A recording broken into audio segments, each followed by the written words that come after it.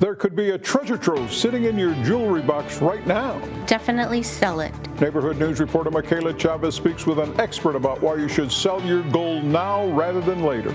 Plus, gold may be a hot commodity, but the sun is even hotter. As a popular outdoor event draws near, a dangerous forecast spells fear. Neighborhood News reporter Tony Jaramillo has tips from veteran runners on how to beat the heat. Chris 6 News starts now.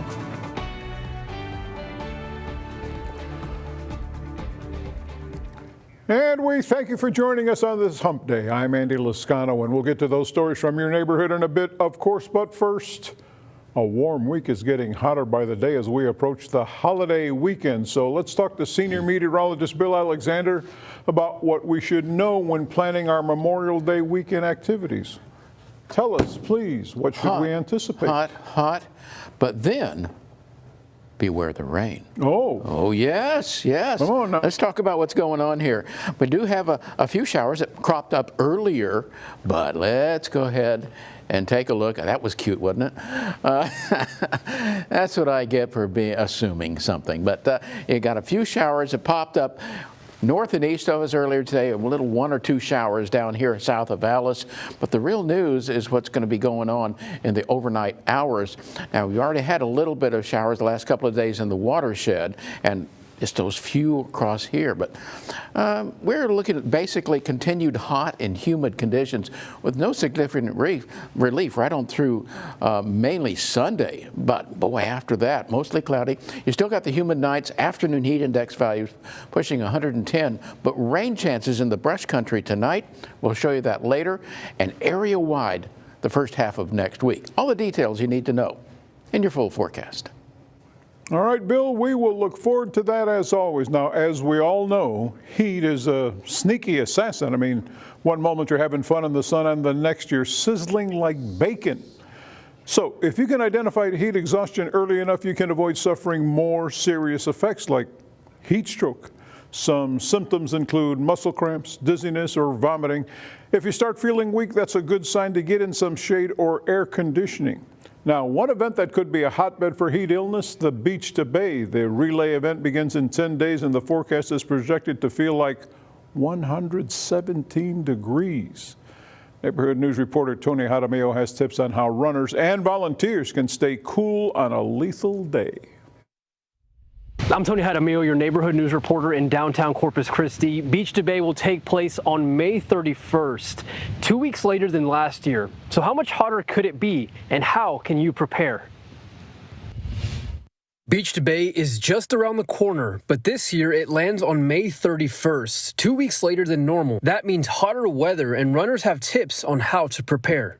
Make sure that you start hydrating at least a week before. Avoid any extra sun exposure a few days prior. I don't just drink water. I make sure that I'm getting my BCAAs in, my EAAs in. All of that factors into having a great run. Laura Flores and Neldy Vidrio are both avid runners and know a thing or two about running in intense heat. The temperature is going to make a big difference. NOAA records show the average temperature on May 18th in Corpus Christi is 78 degrees, compared to 86 on May 31st. And that's not factoring in humidity, which impacts the feels like temp. It's going to be hotter. It is later in the month of May.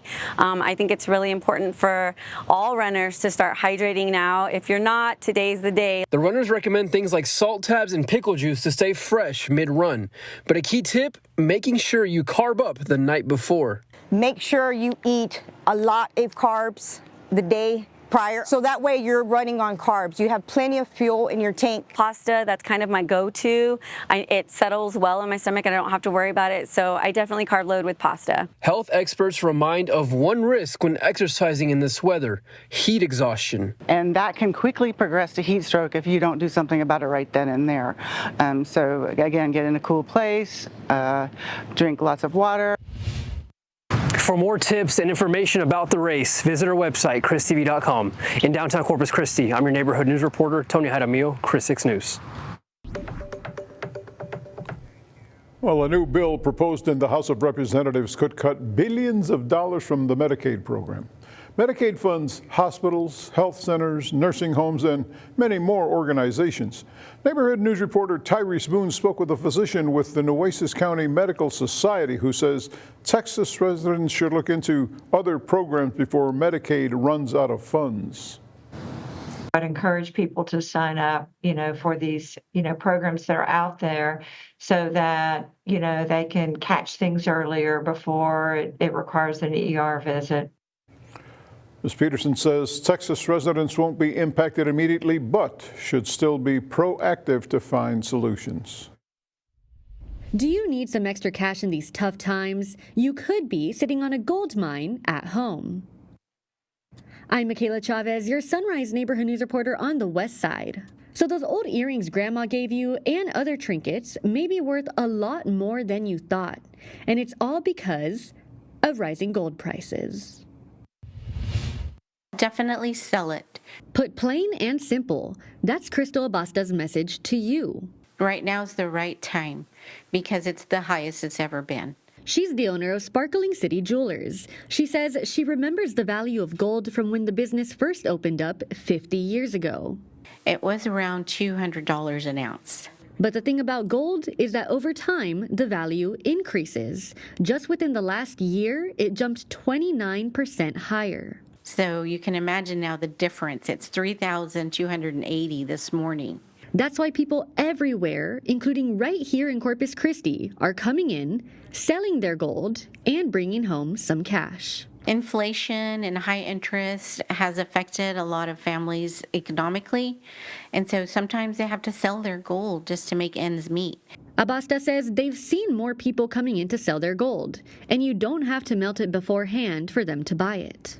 Any condition you can sell your gold and we'll buy it. And if you do bring in some jewelry that's been lying around, maybe you lost one earring and you just have it sitting in the drawer, here's what to expect. So we'll actually check out the carat. We'll see what kind of carat it is, whether it's 10 or 14. And then we weigh it, and then we figure out a percentage of how much gold is in it. And based off the price of gold that day, we'll make you an offer. Because if diamonds are a girl's best friend, then gold is for everyone. It's a protection because you could come up and maybe have a need that you unexpectedly needed money for. And here you have some gold that you can sell to help your family. Crystal Abasta says if you want to find out what your rings, earrings, necklaces, or bracelets are worth, bring them in and ask questions. On the West Side, I'm Michaela Chavez, your Sunrise Neighborhood News reporter, Chris 6 News. All right, Michaela, thanks for that report. Eric Tunches, founder of the Corpus Christi Cronica website, has been arrested for several gambling-related offenses. This stems from a game room investigation last month from Corpus Christi Police that resulted in that game room shutting down. Tunches has been charged with engaging in organized criminal activity, operating a game room, gambling promotion, possessing gambling paraphernalia, and keeping a gambling place. He's being held in the San Patricio County Jail for warrants out of Nueces County.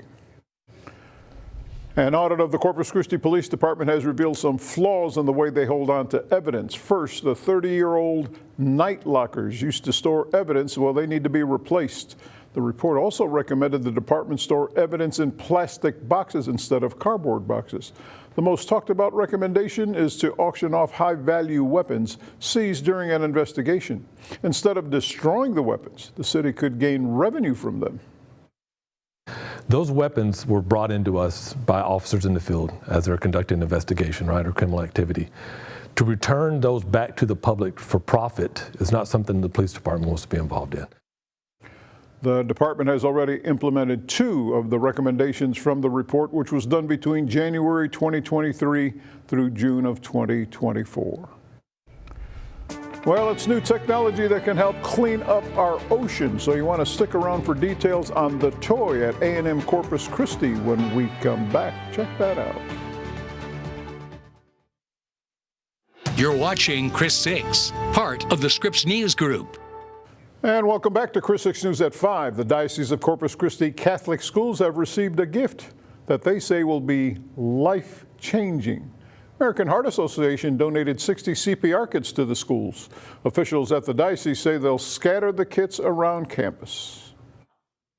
If someone has a health issue that requires the CPR skills and knowledge, they're right there to do it, whether they're at school, in a classroom, or in the gymnasium, or in the library, or the cafeteria, or at home. All staff at the Diocese of Corpus Christi schools are required to be CPR certified. A&M Corpus Christi students participated in a hands-on activity today. Dr. Keith Mulstain with the National Spill Control School held a marine drone demonstration class along the bayfront. Students learned about ways to prepare for marine oil and gas spills by operating boats and spill response equipment. They also got to use some fancy technology, a marine drone which can detect oil spills. The oil and gas industry has done a really good job trying to keep the oil in the tanks and in the pipelines, but periodically we do have a leak or a release, and when that happens, we need people that are ready to respond. So that's why today's demonstration is an OSHA certified oil spill responder class. Everybody who attended goes home as a trained oil spill responder. How about that? All right, now let's toss it back to Bill Alexander one more time, this time with a look at the rush hour traffic. Hey, Bill.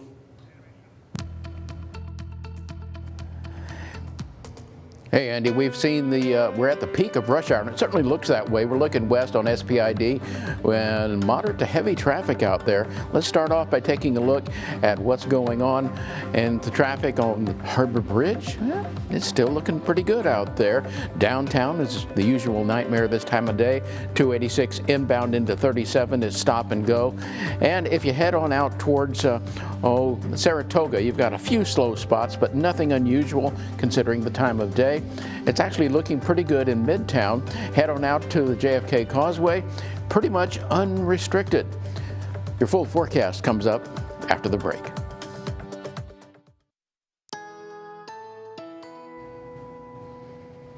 Hey folks, meteorologist Bill Alexander. Here's that live look from the Matthews CCAC weather camera.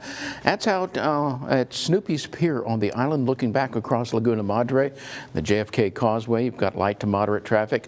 Scattered to broken clouds out there. Winds are reasonably light right now, but there's a lot of cloud cover at multiple levels of the atmosphere, and it's kind of coming and going. But for now, the big thing that you're seeing is this cluster of thunderstorms down in Mexico heading towards the international border, eventually to make their way into our brush country, which could give some significant rain down there. So this is what we saw today. 79 this morning, 91 this afternoon. Both those numbers well off our records, but still no rain officially, and we're 2 3/4 inches below normal for the year. Now there is some slightly cooler air up around Amarillo, not making a big dent further south, but we are looking at fairly modified conditions. There was a front earlier that's having trouble being identified now, but basically 80s and 90s across the state. And in fact, we're looking at a high point there, 98 in Cotulla, we're looking at 97 in George West, 80s along the coastal zones. But when you factor in these dew points, it's a different game. Upper 70s to around 80-degree dew points, which is just stifling out there. And so we got heat index values, a lot of them in the triple digits. So you need to be prepared out there. George West, back towards Fremont, Hebronville. It is insufferable right now. For May, you haven't gotten used to it. Be careful. Here's a look at your neighborhood weather network, an exclusive here in Chris 6, where we've got no rainfall at Rockport yet, and we're looking at Fulton's temperatures in the upper 80s, south side of Corpus Christi, upper 80s to around 90 degrees. You head on over to Beeville, lower 90s. Yesterday they were in the middle 90s at this time. And if you look in peak winds at Kingsville, only 10 or 12 miles an hour, so not much of a breeze helping you out there. That was that little 1/100th of an inch of rain picked up there in Clarkwood on the west side of Corpus Christi. We'll probably see some more out in the brush country, as I mentioned, overnight. But it's going to be a warm, humid evening. Middle to upper 70s, around 80 degrees along the coastline tomorrow morning. Back up in the 90s to near 100 degrees out west. Upper 80s along the coastline for your highs tomorrow. Get away from it? Well, you go to the coastal waters, go to the Gulf side beaches, where it'll be partly cloudy. There will be some isolated showers. We're looking at lower 80s, both the air and the water temperature, with an east wind of just 5 to 10 knots.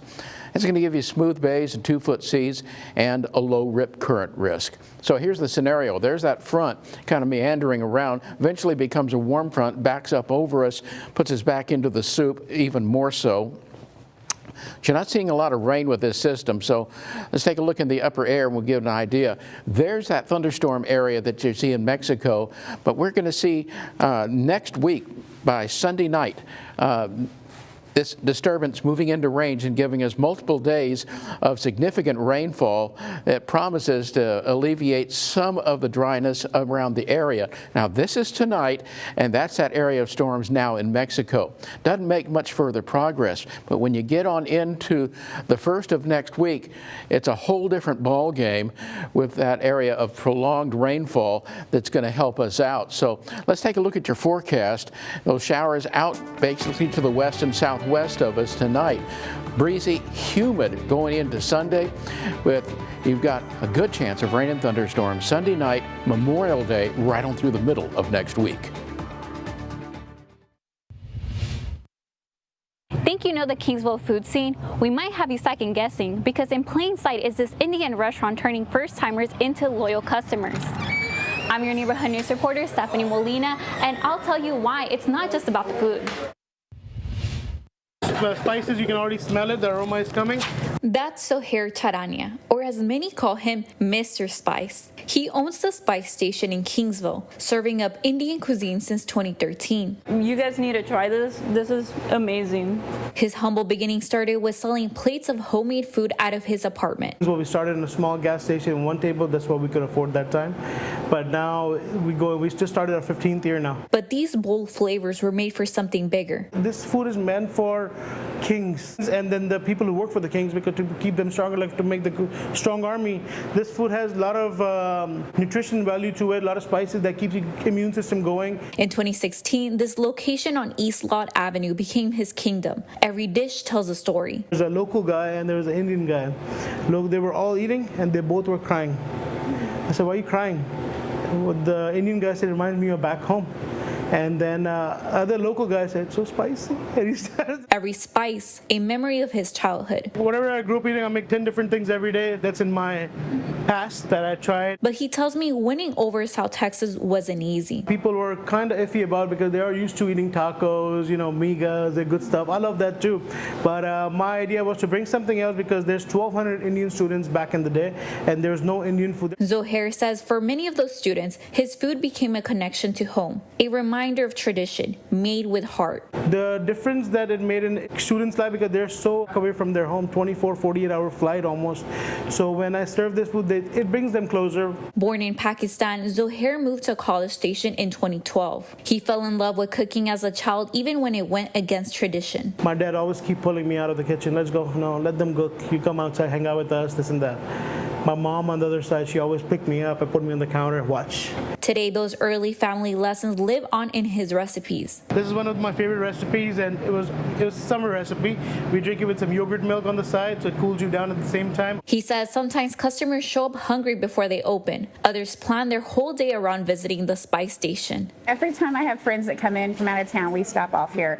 It's a major thing for all my friends, especially out-of-state friends. They love to come here. Customers tell me they love what Mr. Spice brings to the community. I think it makes Kingsville stand out. I think he makes what Kingsville is, because I think everybody knows Kingsville for Spice Station. It's not even just for the food sometimes. Sometimes just seeing him, and he's very nice and very welcoming. If you're curious about the Spice Station, Mr. Spice says he'll offer samples. In Kingsville, I'm your neighborhood news reporter, Stephanie Molina, Chris 6 News. And of course, as Stephanie knows, either she brings back enough for all of us or we're going to change the locks on the door. Just saying. That stuff looks very, very good. All right, across the coastal bend, it's a muggy May day. We hope you're staying cool. Stick with us. We'll be right back with more news from your neighborhood. Well, how many times has this happened to you? You go to the beach and your car gets stuck in the sand. Listen to this. Listen to this.